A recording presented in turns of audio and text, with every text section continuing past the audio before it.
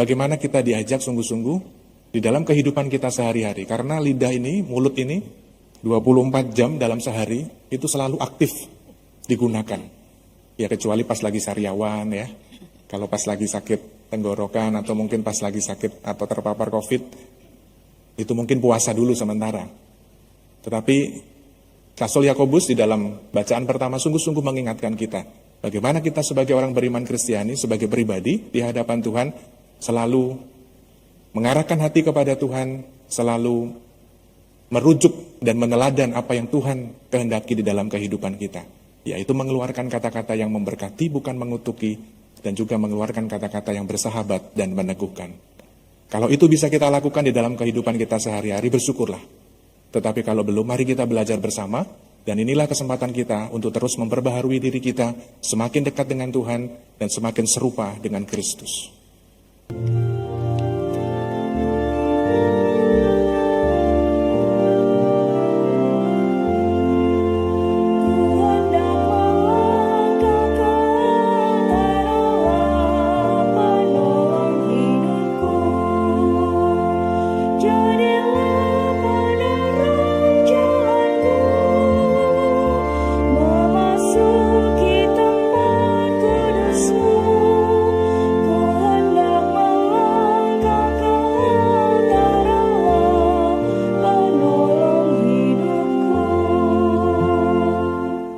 Setiap hari aku hendak memuji Engkau dan memuliakan nama-Mu untuk selama-lamanya. Dalam nama Bapa dan Putra dan Roh Kudus. Amin. Rahmat Tuhan kita Yesus Kristus, cinta kasih Allah dan persekutuan Roh Kudus bersamamu. Dan bersama rohmu. Para ibu dan bapak, saudari-saudara, teman-teman muda, serta anak-anakku yang terkasih, selamat pagi semuanya. Pagi Romo. Pada kesempatan Ekaristi pagi ini, kita bersama-sama berkumpul di Sabtu biasa yang ke-6. Kita mau datang kepada Tuhan mengawali Ekaristi di pagi hari ini dengan gembira hati, dengan ungkapan syukur atas segala pemeliharaan Tuhan di dalam kehidupan kita. Kita juga mau bawa segala macam wujud-wujud pribadi kita, wujud-wujud keluarga dan juga komunitas kita. Sebagaimana intensi yang tadi sudah ditayangkan dan kita doakan bersama, kita juga bawa doa-doa di dalam hati kita masing-masing dan kita mohonkan di dalam peran Ekaristi kita pada pagi hari ini. Marilah kita datang kepada Tuhan mengawali Ekaristi pagi ini, seraya kita memohon ampun atas segala dosa dan kelemahan kita, agar kita sungguh-sungguh dilayakkan untuk merayakan misteri suci ini.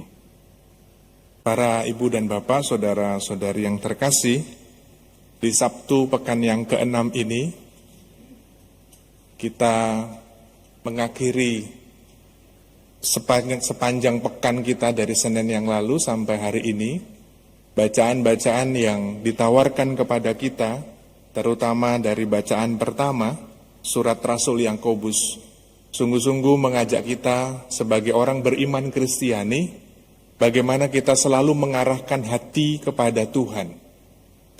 Tentu di dalam pengalaman kita sehari-hari, kalau di dalam bacaan pertama, surat Rasul Yakobus bicara mengenai soal dosa lidah.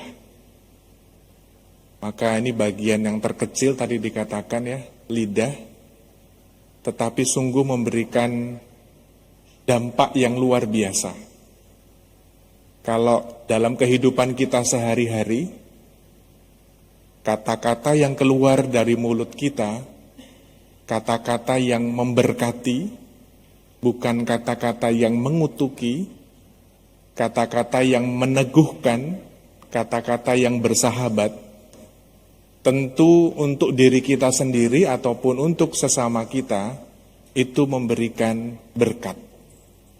Tetapi sebaliknya, kalau kata-kata yang keluar dari mulut kita, kata-kata yang tadi mengutuki, kata-kata yang tidak bersahabat, atau sebaliknya ya, kata-kata yang tidak meneguhkan, itu juga bisa berakibat untuk diri kita sendiri ataupun untuk sesama kita, berakibat kutuk. Maka sebetulnya berkat dan kutuk itu juga bisa berasal dari kata-kata yang keluar dari mulut kita.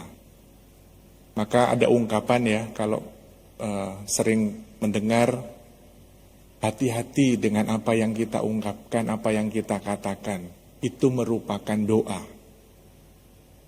Jadi kalau kita mengeluarkan kata-kata, entah dalam keadaan pas marah, pas emosi, nah itu pasti segala sesuatu yang tidak baik, itu akan keluar dari mulut kita dan itu bersifat kutuk. Sedangkan kata-kata yang baik, kata-kata yang meneguhkan keluar dari diri kita, itu bersifat berkat. Dan bagaimana kita diajak sebagai orang beriman Kristiani untuk selalu mengarahkan hati kepada Tuhan, yaitu selalu berusaha sedemikian rupa, apa yang keluar dari mulut kita adalah kata-kata yang memberkati. Yang keluar dari mulut kita adalah kata-kata yang meneguhkan. Ada kita sebagai manusia, pribadi, tiap pribadi itu punya karakter yang beda-beda. Kalau lihat di internet, macam-macam bentuk lidah itu lelucon ya. Macam-macam bentuk lidah itu katanya juga bisa menggambarkan karakter kita. Saya sih nggak ambil pusing mau bentuk lidahnya panjang, pendek, elips, atau macam-macam. Nggak ada ya bentuk lidah kotak tuh nggak ada ya. Bentuk lidah ya seperti yang kita tahu. Apapun itu kita, bagi saya adalah bagaimana kita sebagai orang beriman Kristiani sungguh-sungguh mau mengarahkan hidup kita kepada Tuhan dan kita dikuasai oleh Tuhan sendiri. Kalau hidup kita sudah dikuasai oleh Tuhan sendiri, saya punya keyakinan apa yang ada dalam diri kita yang akan kita keluarkan, itulah cerminan Allah di dalam kehidupan kita. Kalau yang dikeluarkan adalah sesuatu yang baik, kata-kata yang baik, kata-kata yang menggembirakan, kata-kata yang meneguhkan, itulah yang keluar dari Allah yang menggambarkan gambaran Allah yang maha rahim, gambaran Allah yang maha cinta, yang maha kasih, yang kita juga alami. Begitu juga sebaliknya. Bapak Ibu Saudara-saudari yang terkasih, mari kita mencoba untuk melihat diri kita kembali, termasuk saya juga, bagaimana kita diajak sungguh-sungguh di dalam kehidupan kita sehari-hari. Karena lidah ini, mulut ini, 24 jam dalam sehari, itu selalu aktif digunakan. Ya kecuali pas lagi sariawan ya, kalau pas lagi sakit tenggorokan atau mungkin pas lagi sakit atau terpapar COVID, itu mungkin puasa dulu sementara. Tetapi Rasul Yakobus di dalam bacaan pertama sungguh-sungguh mengingatkan kita, bagaimana kita sebagai orang beriman Kristiani, sebagai pribadi di hadapan Tuhan, selalu mengarahkan hati kepada Tuhan, selalu merujuk dan meneladan apa yang Tuhan kehendaki di dalam kehidupan kita, yaitu mengeluarkan kata-kata yang memberkati, bukan mengutuki, dan juga mengeluarkan kata-kata yang bersahabat dan meneguhkan. Kalau itu bisa kita lakukan di dalam kehidupan kita sehari-hari, bersyukurlah. Tetapi kalau belum, mari kita belajar bersama, dan inilah kesempatan kita untuk terus memperbaharui diri kita, semakin dekat dengan Tuhan, dan semakin serupa dengan Kristus.